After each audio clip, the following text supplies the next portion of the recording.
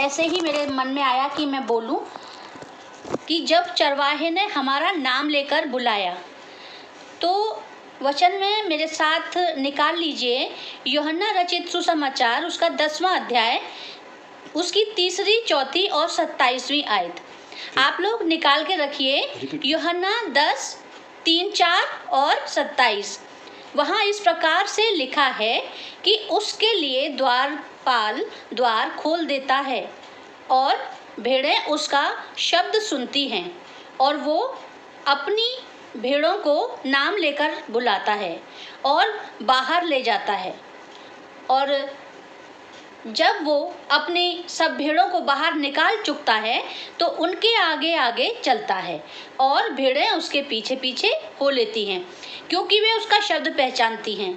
और तब यीशु ने उनसे फिर कहा, मैं तुमसे सच सच कहता हूँ कि भेड़ों का द्वार मैं हूँ।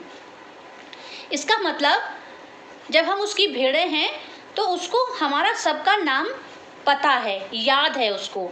क्या आज आपको मॉर्निंग में, दिन में किसी ने नाम लेकर के पुकारा? जैसे कि बचपन में बोलते थे, मम्मी पापा नाम लेते थे, दोस्त ने या बॉस ने। अगर हम ध्यान से सुनते हैं, थोड़ा ध्यान लगा के, तो एक आवाज़ अब भी है जो रोज़ सुबह हमारा, आपका, सबका नाम लेके पुकारती है। और वो आवाज़ स्कूल के अटेंडेंट जैसी नहीं होती, प्यार से बुलाने वाली प्यारी अटेंडेंस होती है वो, जैसा अभी हमने वचन में पढ़ा था। चरवाहा अपनी भेड़ों का नाम लेकर बुलाता है और हम उसकी भेड़ें बने, क्योंकि वो हम सबका चरवाहा है। आज हम थोड़े से वक्त में ये जानने की कोशिश करेंगे कि चरवाहे की आवाज़ कैसी होती है, हम क्यों नहीं सुन पाते और सुनकर हमको क्या करना है। प्रियो, अगर आज आपका नाम स्वर्ग से पुकारा जाए तो क्या आप हाँ प्रभु, जी प्रभु बोलेंगे? पहली बात कि चरवाहे की आवाज़ प्यार की आवाज़ होती है। वैसे तो दुनिया में बहुत सारी आवाज़ें हैं, जैसे कि हमारे डर की आवाज़, शर्म की आवाज़, किसी से कंपैरिजन की आवाज़, और भी बहुत सारी आवाज़ें हैं मेरे अजीज़ों। पर चरवाहे की आवाज़ अलग है। जैसा अभी यूहन्ना 10:4 में हमने देखा कि भेड़ें उसका पीछा करती हैं। क्यों करती हैं? क्योंकि वो उसका शब्द पहचानती हैं। चरवाहे की आवाज़ की पहचान हमको कैसे होगी? वो नाम लेके बुलाता है, आधार कार्ड से नहीं लेता वो हमारा नाम, वो दिल वाला नाम लेकर के कहता है, जो हमें सुनने में बड़ा ही मीठा लगता है। और हम उस नाम को कभी कभी भूल जाते हैं, क्योंकि हमारे बचपन में वो बातें, वो नाम लिए जाते थे हमारे। चाहे हमारा कुछ भी नाम हो, लेकिन दुलार वाले जो नाम लिए जाते थे, वो उस नाम से हमको कहता है, मेरा बेटा, मेरी बेटी। याद कीजिए, कब से हमने इन नामों को खुद को कभी किसी को पुकारते हुए कितने दिनों से नहीं सुना। कई दिन हो जाते हैं, पर हम वैसे ही, वो हमको जब परमेश्वर बुलाता है, हमारा यीशु मसीह बुलाता है, तो वो हमको इन्हीं नामों से बुलाता है। और वो बुलाता है, लेकिन हम व्यस्त हैं, इतने व्यस्त रहते हैं, इसलिए सुन ही नहीं पाते हैं। इसमें हमारी गलती है, थोड़ी सी है, पर आजकल की भाग दौड़ भरी जिंदगी अगर देखें तो हमारी पूरी की पूरी गलती नहीं है। वो डराता नहीं है, वो डांटता नहीं है, बल्कि वो संभालता है। वो हमें तुच्छ नहीं जानता। उसकी आवाज़ ऐसी है, वो करुणा में, वो प्यार भरी, वो आशीर्वाद से लिपटी हुई आवाज़ ऐसी है कि वो हमें प्यारी ही लगती है। आपने छोटे बच्चों को देखा है या अपने आप को भी महसूस किया है, हम बड़े हैं तब भी, अगर हम बहुत दुख में हैं और हमसे कोई अपरिचित है, कोई सामने मिलने आया है, तो हम उस दुख को, उन आंसुओं को दबा जाते हैं। लेकिन अगर कोई हमसे प्यार से कह दे, क्या हुआ बेटा, कुछ प्रॉब्लम है, तो हमारे आंसू अपने आप बाहर आ जाते हैं। तो ये वही आवाज़ है, वही प्रभु है जो हमको संभालता है। दुनिया कहती है तू बेकार है, तू खराब है, तू किसी लायक नहीं है, तू किसी काम का नहीं है, तू तो हमेशा यही करेगा। हम हमेशा ऐसी बातें सुनते हैं अगर हम किसी चीज़ से फेल हो जाते हैं, पर नहीं, प्रभु यीशु मसीह की आवाज़ है, वो कहता है तू मेरा है, तू मेरी है, तू मेरा प्रिय बच्चा है, तू मेरा स्पेशल बच्चा है। आ मैं तुझे अपनी गोद में ले लूँ, तुझे कोई परेशानी ना होने दूँ।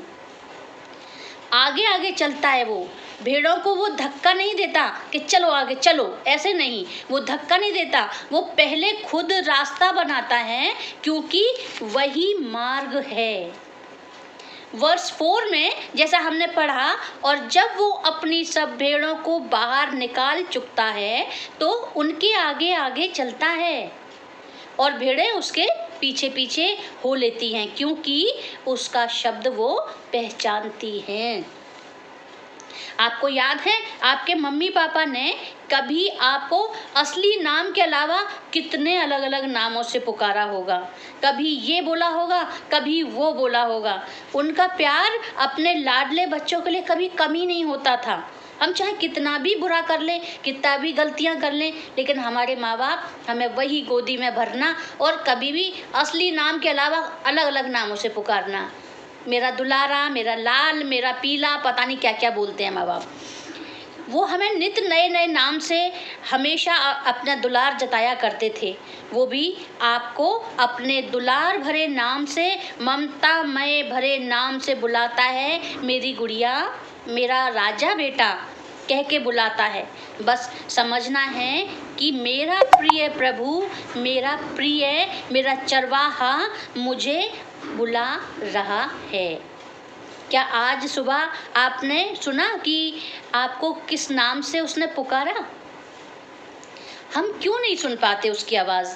3 बड़े शोर जो मैंने नोट किए, अगर चरवाहा रोज़ बुलाता है तो हम रोज़ जवाब क्यों नहीं देते?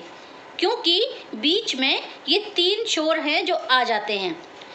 एक तो वो शोर कि अभी हम में से ऐसा कोई नहीं बैठा, लेकिन हमारी ही कलीसिया में और बहुत सारी जगहों पे, अपनी कलीसिया में या बाहर की कलीसिया में, छोटे मोटे चर्चेज़ में देख लीजिए कि दूसरे चरवाहों का शोर ज़्यादा है।